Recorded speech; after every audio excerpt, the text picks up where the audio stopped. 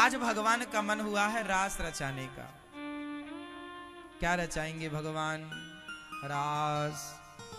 भगवान पिता रात्रि शरदोत्फुल्ल मल्लिका वीक्षरन्तुं मनश्चक्रे योगमायामुपाश्रितः।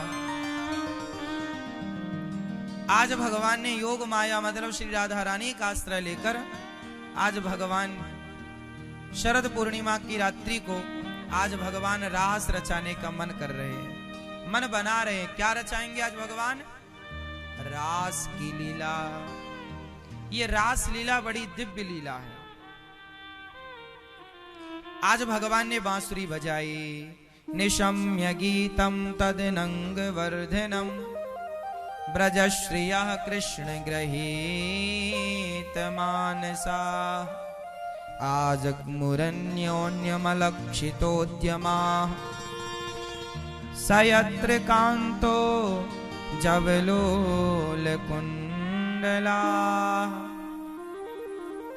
आज भगवान ने सुंदर बांसुरी बजाई और सारी गोपियां दौड़ पड़ी कृष्ण की बांसुरी सुनकर।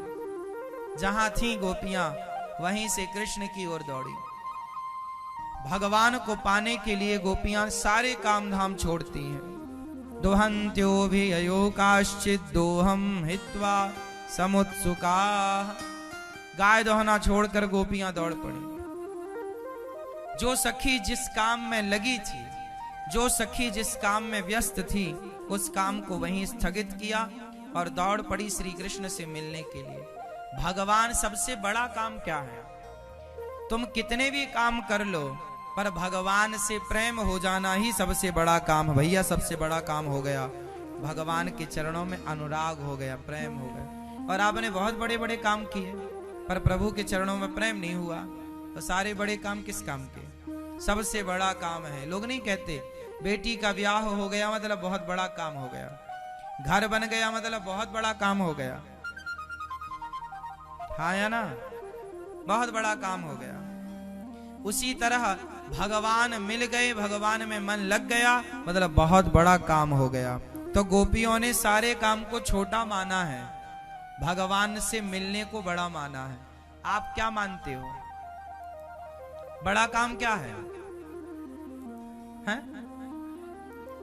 लेकिन आजकल तो लोग कहते हैं पैसा मिल गया बड़ा काम हो गया, नौकरी लग गई बड़ा काम हो गया। बड़ा काम महाराज जी, हमारा बड़ा काम रुका था वो हो गया। कौन सा बड़ा काम? बोले कहीं से लाख रुपए आने थे, 10 लाख आने थे, प्रॉपर्टी का काम होना था, बड़ा काम था। आप पैसे कौड़ी प्रॉपर्टी के काम को तो बड़ा काम मानते हैं, लेकिन प्रभु से प्रेम करने को बड़ा काम नहीं मानते। जबकि सबसे बड़ा काम क्या है? जिस दिन आपका मन संसार से हट के भगवान के चरणों में लग जाए, समझ लो बहुत बड़ा काम हो गया। यही बड़ा काम करने आप मनुष्य बनकर आए हैं, लेकिन आप बस ये काम ना करके बाकी सारे काम आपके पूरे हो रहे हैं। इसलिए गोपियां सारा काम छोड़ छोड़ करके कृष्ण से मिलने चली। क्या क्या छोड़ा गोपियों ने? दुहन्त्यो भी अयोकाश्चित दुहन्त्यो। एक सखी गाय दोह रही थी कि बांसुरी सुनाई पड़ी कि सारा काम गोपियों ने छोड़ा और श्री कृष्ण से मिलने के लिए चल पड़ी। काम धाम छोड़ छोड़ करके गोपियां कृष्ण से मिलने जा रही है। भगवान को पाना सबसे बड़ा काम है ना? इसलिए काम तो करो पर एक काम और कर लो, प्रभु में मन लगाने का काम। एक सखी गाय दोह रही थी कि बांसुरी सुनाई पड़ी। सारी गोपी एक गाय छोड़कर, दूध छोड़कर, बर्तन छोड़कर आंगन लीप रही थी, आंगन को छोड़कर। और तो सुनो, एक सखी बच्चे को दूध पिला रही थी कि बच्चे को दूध पिलाते समय आवाज आई बांसुरी की कि कृष्ण पुकार रहे हैं। सारा काम छोड़ा, बच्चे को वहीं छोड़ा और दौड़ पड़ी कृष्ण से मिलने के लिए। अच्छा, जीवन में जरूरी क्या है? जगत जरूरी है या जगन्नाथ जरूरी है? उत्तर दो। क्या जरूरी है? कौन जरूरी है? सारी दुनिया जगत के पीछे भाग रही है, ये मेरा, ये मेरा, ये मेरा। समझदार हैं वो लोग जो जगत से मन हटाकर जगन्नाथ में मन लगाते हैं, क्योंकि जगत में मन लगा भी लो तो इसका कोई अर्थ नहीं निकलना। जगत में मन लगा लोगे तो भी क्या मिलेगा? इसलिए जगत में मन नहीं लगाना। कहां मन लगाना है? भगवान में मन लगाना। गोपियां सारा काम छोड़ रही हैं।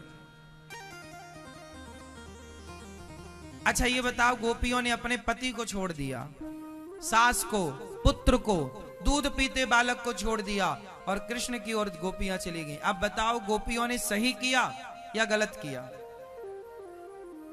बच्चे को छोड़ देना, पति को छोड़ देना सही था या गलत था? हाँ? कैसे सही है? समझाओ, समझाओ।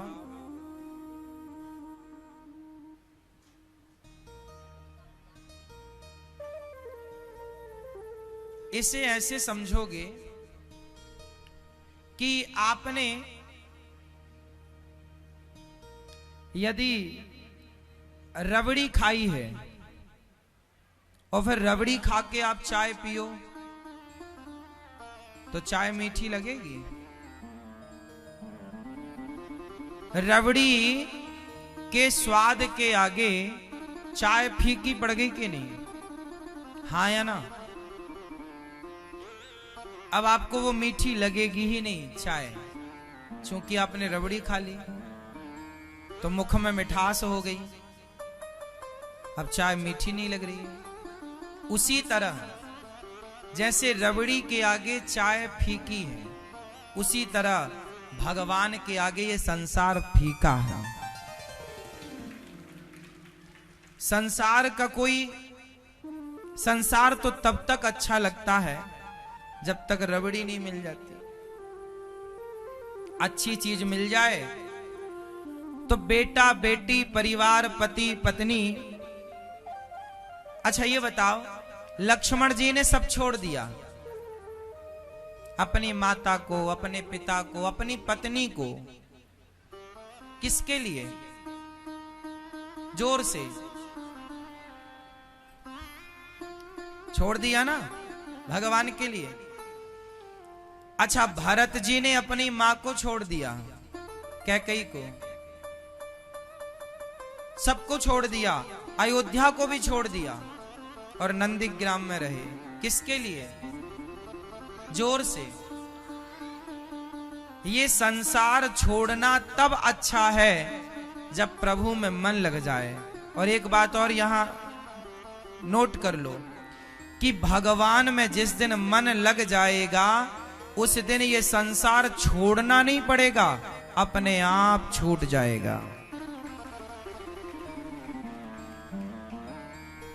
उस दिन ये संसार छोड़ना नहीं पड़ेगा, सब अपने आप छूट जाएगा। समझ में आई बात? सब अपने आप छूट जाता है।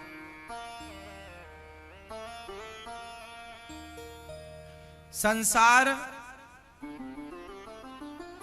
छोड़ना नहीं पड़ता। जैसे कच्चा आम पेड़ को पकड़ के रखता है, पर वही आम पक जाए तो पेड़ से छुड़ाना नहीं पड़ता, वो अपने आप पेड़ को छोड़ देता है। कच्चा व्यक्ति संसार को पकड़ के रखता है, जिसकी भक्ति पक गई उसे छोड़ना नहीं पड़ता, सब अपने आप छूटता चला जाता है। बस अपनी भक्ति को पकाना पड़ता है।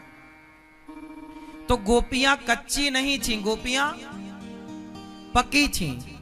अच्छा पकी थी मतलब, पकी थी मतलब उनके अंदर कोई वासना नहीं थी, कोई कामना नहीं थी, केवल एक इच्छा थी, प्रभु को पाना। और कृष्ण कौन है? जोर से, जोर से, भगवान।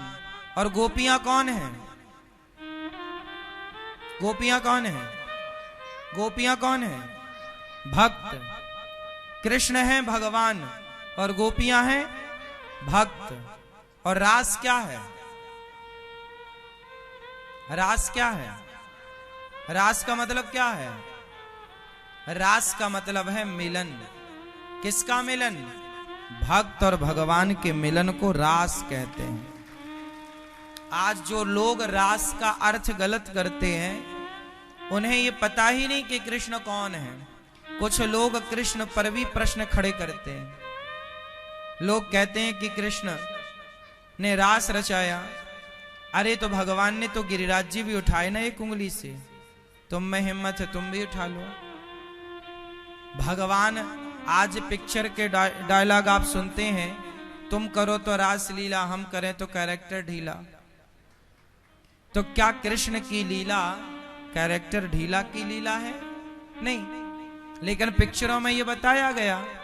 आज के बच्चों का दिमाग खराब कर दिया गया कि कृष्ण की लीला क्या है। भगवान कृष्ण के बारे में आज के युवाओं को पिक्चरों ने जहर भर दिया। पिक्चरों मूवियों के बॉलीवुड के माध्यम से जहर परोसा गया। अब सोचिए कि आपके बच्चे कृष्ण को मानने की जगह कृष्ण पर सवाल खड़ा करते हैं कि कृष्ण ने तो रास रचाए। अच्छा, कृष्ण रास रचाए तो जरा बताओ उस रास लीला में शंकर जी आए कि नहीं गोपी बनकर? शंकर जी कौन है? जिन्होंने कामदेव को जीता हो। जो कामदेव को जीतने वाले शंकर हैं वो भी उस रास में सम्मिलित होते हैं। हाथ जोड़कर शंकर जी कहते हैं, हे श्याम सुंदर हमें भी अपने रास में सम्मिलित कर लो। तो बताओ जिस रास में शंकर जी सम्मिलित हो रहे हो, क्या वो रास कोई विषय वासना की लीला थी? विषय वासना को तो शंकर जी ने जला ही रखा था। काम वासना को तीसरी आंख खोल के काम को जला ही दिया था। तो क्या शंकर जी के अंदर कोई वासना थी? इसलिए भगवान की लीलाओं में भी लोगों को संदेह इसलिए है क्योंकि जो जैसा होता है वो सामने वाले को वैसा ही मानता है। समझ रहे हैं? तो ये रास लीला एक भक्त और भगवान के पवित्र मिलन की लीला है। गोपियों का जो भाव था उस भाव से भगवान मिले। जाकी रही भावना जैसे, प्रभु मूरत देखी तन तैसे। भगवान ने गोपियों को बुलाया, सारी गोपियां आई। भगवान ने कहा अब अपने अपने घर को जाओ। क्यों? आपने बुलाया है। भगवान बोले देखो पति की सेवा करनी चाहिए, कभी भी पति का त्याग नहीं करना चाहिए। पति कैसा हो? अंधा, लंगड़ा, बहरा, काना, खोरा, कैसा? तो भगवान कह रहे हैं अपने अपने गोपियों से जाओ अपने पतियों की सेवा करो। किसकी सेवा करो मेरी मां? पति की सेवा। तो भगवान गोपियों से कह रहे हैं जाओ अपने अपने घर को चली जाओ। गोपियां बोली प्रभु हम अपने सबको छोड़कर आए। भगवान बोले पति कैसा भी हो, पति की सेवा नारी का परम धर्म है।